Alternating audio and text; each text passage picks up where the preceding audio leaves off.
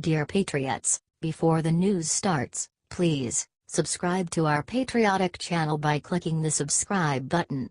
Give us a thumbs up to this video. Don't forget to leave your opinion below in the comments section. Share the news on Facebook and Twitter so you friends see it. Thank you. Michael Moore and Joy Behar join forces to end the Electoral College because it helped Trump. Michael Moore went on to The View and advocate for ending the Electoral College because President Trump won with the help of the Electoral College. The Electoral College was a brilliant way for people in less populous regions to have a voice, but Democrats lose because of it, so they wanted it to be banned. Joy Behar was totally on board. Like you pointed out in your show last night, the Electoral College is something the Democrats have not been able to get, said Behar. It's the second time in 16 years, the first with Gore, that we win and then we lose. How does this happen? You know? Said Moore. They steal it, that's why, Behar yelled. They are like a happily married couple. The Democrats have won the popular vote in 6 of the last 7 presidential elections. The Republicans have only won the popular vote once since 1988. The country we live in actually agrees with the Democrats on the issues. Women should be paid the same as men, there is climate change, there should be a minimum wage, basic things, said Moore. That's the good news of the country we live in. But we have this archaic thing that's got to go, the Electoral College, said Moore. They are never going to get it go, because it helps them, said Behar. Moore then admitted that President Trump outsmarted the Democrats. I mean, it's hard to say this, but he did outsmart us. He was smart enough to go to Detroit.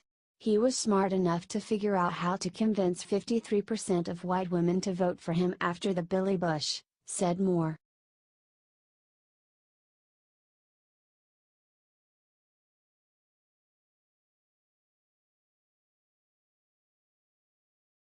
Scarborough slams Jim Acosta for acting just like Hitler. Even MSNBC's Joe Scarborough was able to point out how ridiculous CNN's Jim Acosta acts during press briefings. In the now viral video of Stephen Miller destroying Jim Acosta, Acosta used some really underhanded tactics. Scarborough actually went on to compare Acosta to Hitler's book Mein Kampf. Where things seemed to really melt down was when Jim Acosta, we're certainly not putting this on Jim Acosta, you can watch the clip and choose sides. Maybe we shouldn't have TVs in the press room after all. But when Jim Acosta used the language like it seems like your polices are trying to engineer racial and ethnic percentages or something, it sure sounded like something that you would read out of Mein Kampf or something, said Scarborough. Talking about how it looks like you are engaged in racial engineering or ethnic engineering or something we would have accused the Serbs of doing in the 1990s, at that point, it went off the rails, said Scarborough. Washington Examiner columnist Tim Carney agreed. This is why people hate the press. Acosta is going in and saying there because of Emma Lazarus' poem it's un-American to require immigrants to speak English. Forget about how Stephen Miller got personal, said Carney. The fact is Acosta is putting out an argument few people hold, and Miller is standing up there, knows immigration policy much better than any reporter I know. And so I just thought it was, let me put it this way, Stephen Miller could have done better. Acosta could not have done worse, said Carney.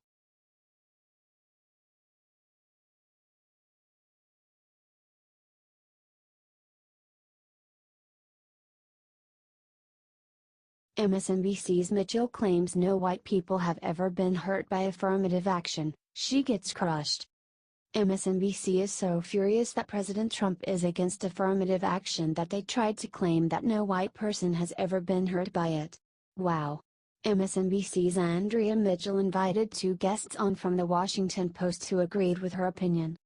Let's talk about this, because obviously the counterpoint is that white students claim, perhaps, I don't know if there are cases, even, that this seems to be the Justice Department looking for a problem, and to put resources there, so the claim would be that white students are being disadvantaged by other students, minority students, getting entrance to the available spots.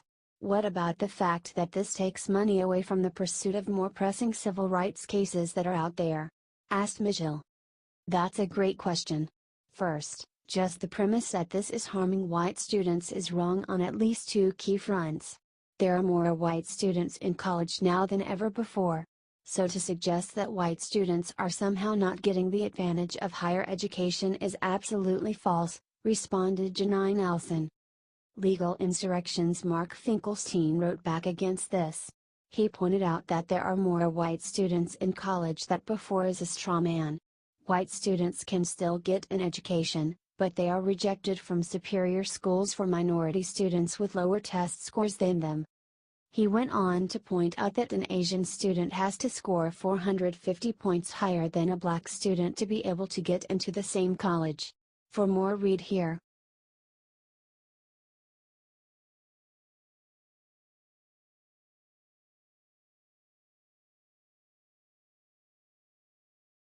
She finally broke what Maxine Waters just let slip will doom the Democrats.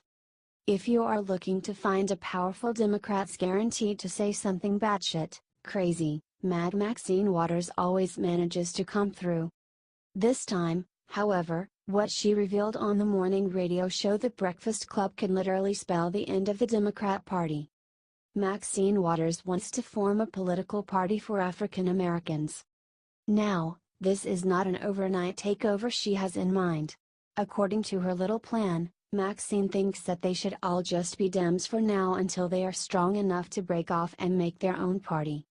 Maxine made it very clear that she wants to see more black people at the polls voting Dem before she is willing to pull the trigger on anything. Apparently, Hillary Clinton did not give her confidence in that realm. You have to show that you are willing and you're able to put the numbers together and exercise your influence. We still are not voting our influence yet.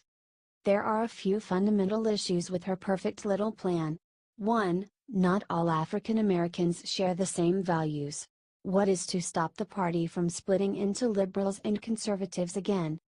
Another issue is, who will lead this party? If it is gonna be Maxine Waters, they are doomed before they even start. But hey, whatever gets her out of office is fine with us, right?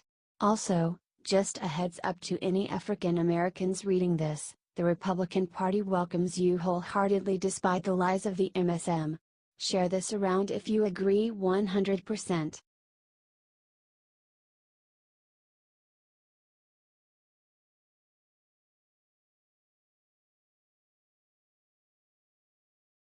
Al Gore says Trump's White House is like a popular TV show. He's so wrong. Former Vice President Al Gore may not be as widely hated as thankfully retired politician Hillary Clinton. The two have something in common, though, in that both Democrats lost elections that most media pundits thought they would easily win. Gore has proved to be more obnoxious than Hillary recently by trying to drum up interest in his sequel to Oscar-winning PowerPoint slideshow An Inconvenient Truth. He took time out to malign the administration of President Donald Trump and compare his administration to HBO's Game of Thrones. Said Gore to Chris Hayes on MSNBC's All In, last week somebody said it was like the Red Wedding in Game of Thrones, with people coming and going and I'm going to fire everybody, and it was really wild. Fancying himself a comedian, liberal Hayes responded, but wait, I want to stop you there. Do you watch that like everybody else does and just say, what the heck is going on? Asked Hal, you're talking about Game of Thrones or the White House? Gore's foolish comparison did not go over well with some observers. Wrote an internet commenter about Al's lame discussion with Hayes, I think I'd rather get a root canal, a catheter insertion, and a colonoscopy, all at the same time, before I'd wanna listen to 30 seconds of the flatulent tuber boring global warmer and the prissy hissy little ignorant girly man talk about anything. Do you agree?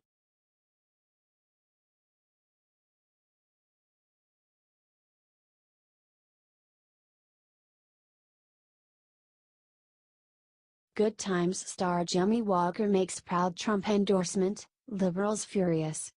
Jimmy Walker, former comedian and actor who rose to fame by starring in the 1970s show Good Times, gave President Trump a huge endorsement. His liberal Hollywood friends must be pissed. He described his political party as logical independent. I'm for probably 90% of the things he does. That means I'm not against Trump, but he makes mistakes, too. he said. He went on to complain that President Trump is attacked way too much.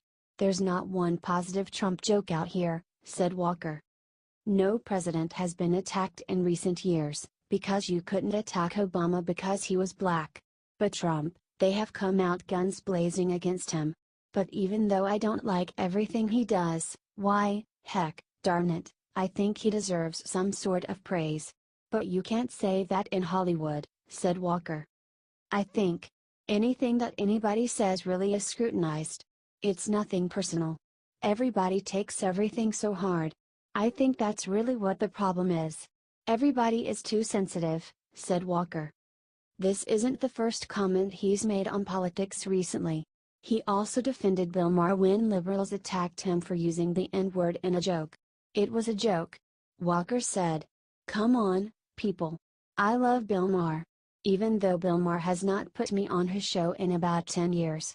Bill Maher is not a racist. Calm down," he said.